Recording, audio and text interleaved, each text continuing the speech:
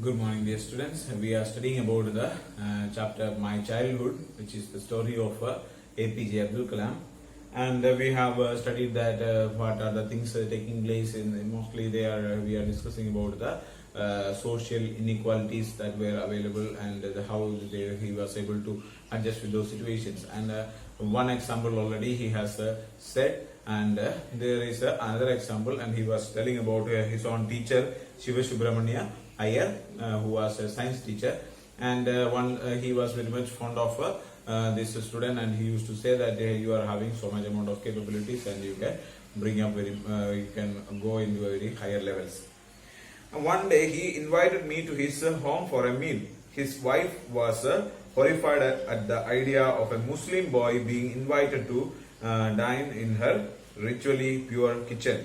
She refused to serve me in her kitchen. So one day this Shiva Subramania Iyer invited Kalam to have a dinner in his house, and when this idea was heard, so they had invited, and after inviting he went home and told his wife about this one, but she was unable to accept this one because they were of a Brahmin family, and in their kitchen they are not using any, like maybe non-vegetarians and all are not used, and very purely they are keeping their kitchen, and very nice way of preparation is there, and they believe that if like an unclean person or any other person is entering into the kitchen, then the entire kitchen becomes like impure, like not pure.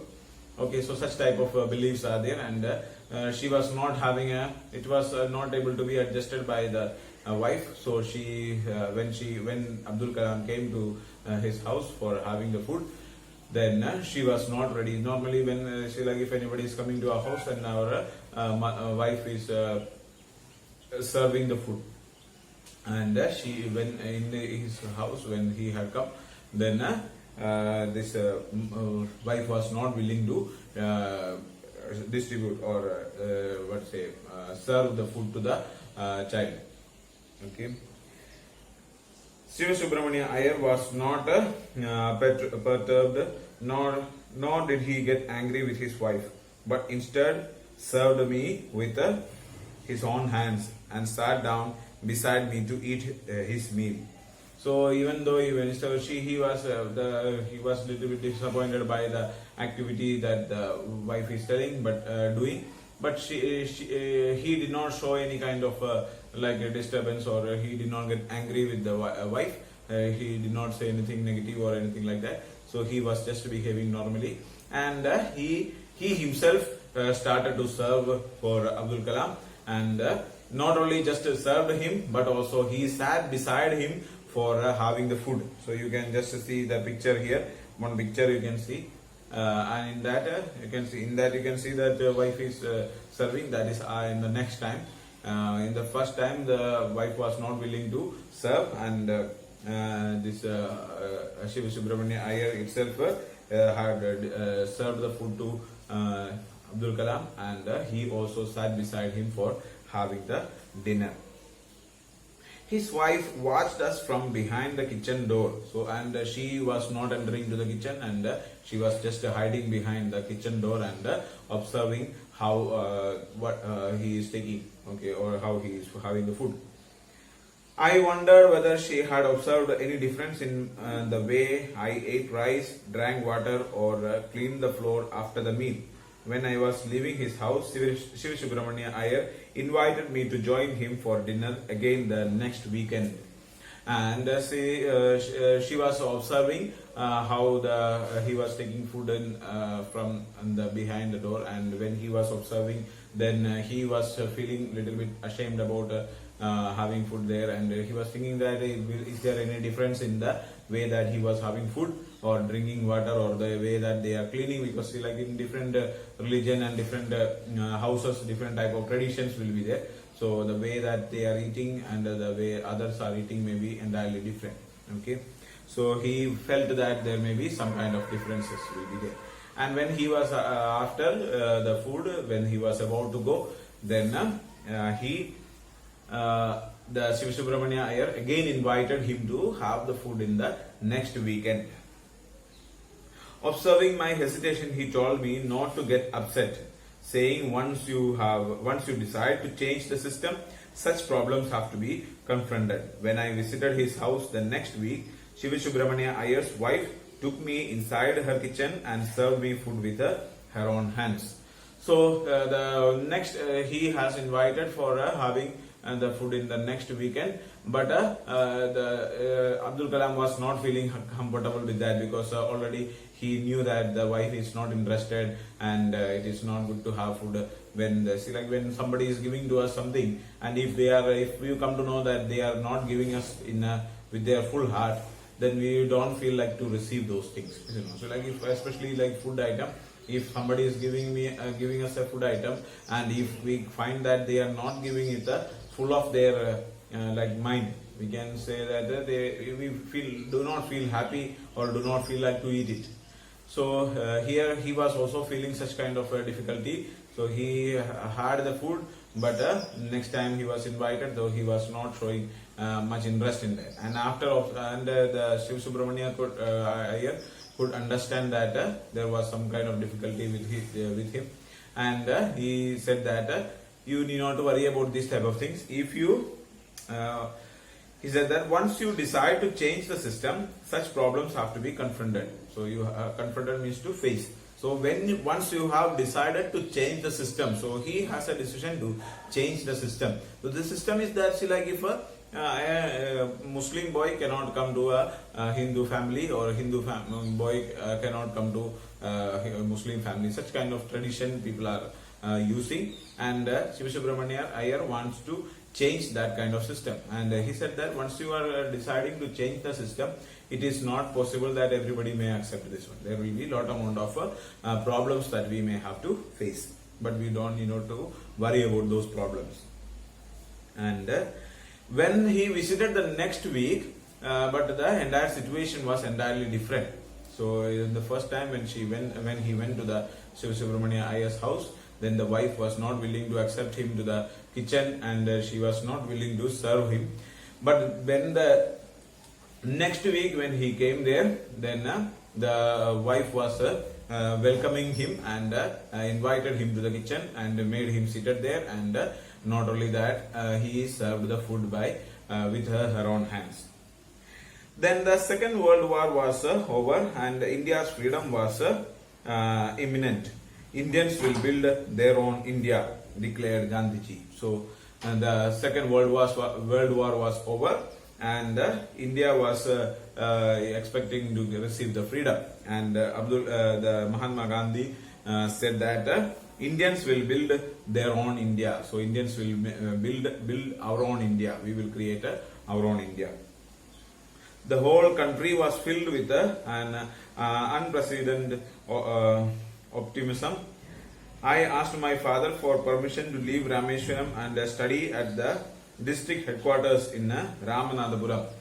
So all the people were very much happy and expecting to get the freedom. So when the people were not having a freedom, they were under the British rule, and when they felt that they are going to receive the freedom, then they are very much happy. Now, next thing is that he said that he wanted to, his studies were over and schooling was over. Then after that he wanted to study further. So he thought of studying somewhere different, far away from the home place. So he wanted to go to the headquarters of the district headquarters. That place name is called as the Ramanathapuram. So they were living in Rameshwaram, and that is a little village area, and the teaching educational facilities and all maybe not that much good. So he wanted to go into some more city area and study his further studies. So he wanted to go there. He told me as if thinking aloud, Abdul, I know you have to go away to grow. Does the seagull not fly across the sun alone and without a nest? He quoted Khalil Gibran to my hesitant mother. Your child are not your children. They are the sons and daughters of a life's longing for itself. They come through you, but not from you. You may give them your love, but not your thoughts, for they have their own thoughts. So Abdul Kalam wanted to go to some other place, his district headquarters, to continue his studies, and his father was willing to accept this one, or even though he was not that much happy, but he knew that he wants to go to some other place for studies, and he was willing to accept this one. But his mother was not that much happy to accept it. Then his father said one sentence to his wife. So he told me, as if thinking aloud, Abdul, I know you have to go away to grow. Does the seagull not fly across the sun along and without a nest? So he says an example like the seagull is a bird which flies very long duration, and this one is going. It is able to go to a very farther distance only when it is ready to leave its own nest. Okay, so like if we have to grow, we need to leave something. Okay, so we have a lot amount of things, like if we are always thinking that like we are in Haraya, so you are studying now in 9th class, after 10th class you may have to leave Haraya and go to some other place, or even maximum you can study up to 12th class here, then after 12th you may have to go to some other place for your studies. So if you are thinking that I have to live in this place only and I am unable to leave this place, then you may not have much opportunities to grow.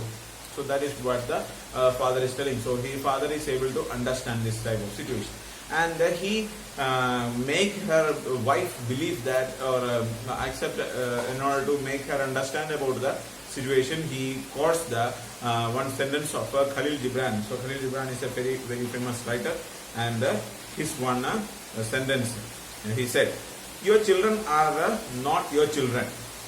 They are the sons and daughters of life's longing for itself. So it is about like advice to the parents. Your children are not your children. Okay, so they are your children, but they are not belonging to you. They are the life's longing. Life longing for itself. They are the part of the life longing for itself, and they come through you, but not from you. So they are coming. See, like they are coming to this world through the parents, but they are not belonging to the parents. They are belonging to the world. You may give them your love, but not your thoughts. And he says that you may give, like parents have to give your love to your children, but not your thoughts. So you should not, the parents, he says that the parents have no right to force their thoughts to their children. So mostly what the parents are doing is that they want, like if a boy is born, at that time itself, they think that I want to make him an engineer, I want to make him a doctor, I want to make him this one, and I have to achieve this one with their children. But that is not a good idea, or we cannot expect such kind of things from the children. So what their wish is there. So they have their own thoughts, they have their own desires. So these children, they have to live their own life. It is our desire is there. So, but if I am having a son, I cannot force that person, force him to do my will or my thoughts, because they are having their own thoughts. So, for they have their own thoughts. So, see, he says that we have to understand this situation, and we should leave the children in their own freedom. So, they should go, they should understand. It is the duty of the parents to guide them, so, or understand what is better for them. But parents should not force the children to study only this one, or you should do this one and do that one. All these things should not be. Okay. So that is about the chapter, and this is taken from the Wings of Fire. Okay. Thank you so much.